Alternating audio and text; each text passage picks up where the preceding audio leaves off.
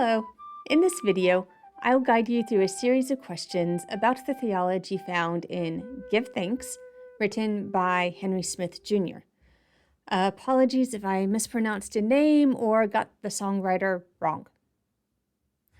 As a reminder, on my website, you can download a free PDF that explains how to use these studies. The most current link to my website will be in my channel info. Today, we're going to focus on the verse of the song. It's a simple song, one verse and one chorus. It's also an earworm. Sorry about that. I'm making a video on it because it was very popular a decade or two ago, maybe for longer, and I know some people still really like it. Also, it's such an obvious choice to include in a Thanksgiving series. Anyway, the verse is the part that starts, "And now let the weak say I am strong." Read the full lyrics when you pause to read the scripture references. Pause the video now.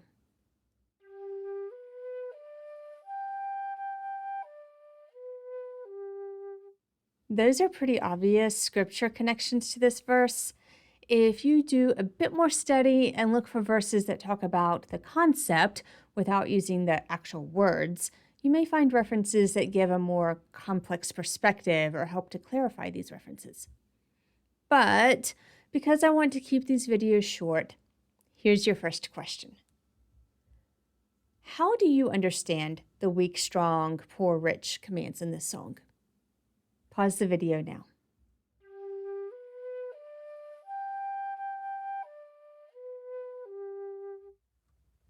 Depending on your church background and how much study you've done on the topic, you might think these lyrics are speaking about physical things, spiritual things, or both. That brings us to the next question, the one where you'll need to do more research. What influences outside of Scripture could be causing you to come to your conclusions? If your answer is about a Christian teaching, whether from a book or sermon or something else, I encourage you to dig deeper. Where did that teacher get their ideas? What influenced the formation of those ideas? You won't have time to get all your questions answered in this mini study, but asking the questions can help you to see the answer when you encounter them later. Pause the video and try to find out what is influencing the things you believe.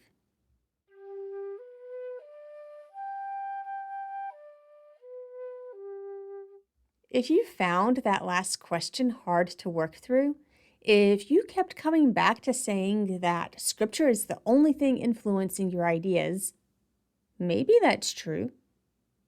Or maybe the more you learn about history and how Greek and other culture and philosophy has influenced the way Christians talk about things, the more you'll come to understand that things that seem like solid Christian beliefs were influenced by secular ideas. That's not necessarily a bad thing. If we didn't draw on our secular knowledge, we couldn't use parables or metaphors or anecdotes to try to explain complex topics. Even so, I think it's important to be aware that things beyond Scripture have influenced the way Christians think about humanity's relationship to God. This third question relies on your experience. What has God done for you in the context of weak, strong, or poor, rich? Pause the video and share your story.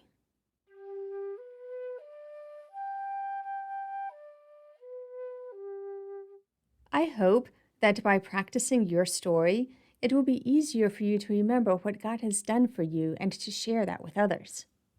I don't mean awkward, forced, quote-unquote, witnessing.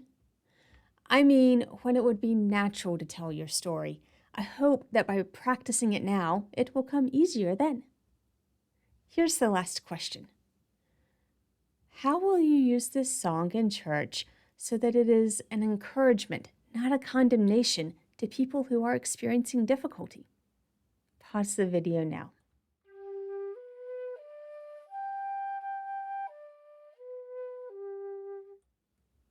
I hope you really gave that question serious thought, especially if you're a worship leader. Don't assume that just because something is obvious to you, everyone in your congregation will understand the song the same way.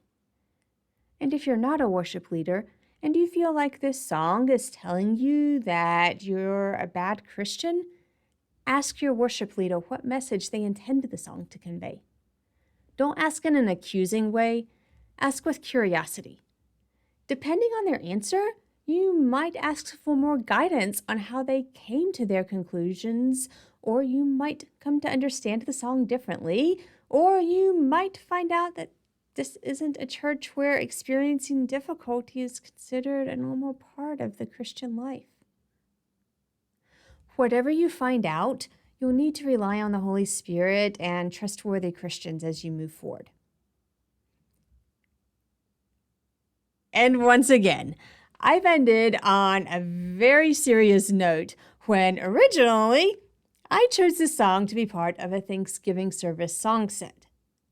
If you'd like to hear more songs that might be good for a Thanksgiving service, I have a Thanksgiving playlist on my channel, assuming YouTube doesn't take it down. That's all for this video.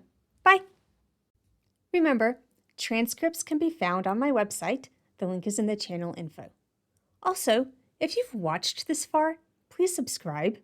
I'd like to publish a book that goes into more detail and looks at full songs, but agents for nonfiction Christian books won't accept submissions unless the author has a large social media following. So, please help me and subscribe. Thanks!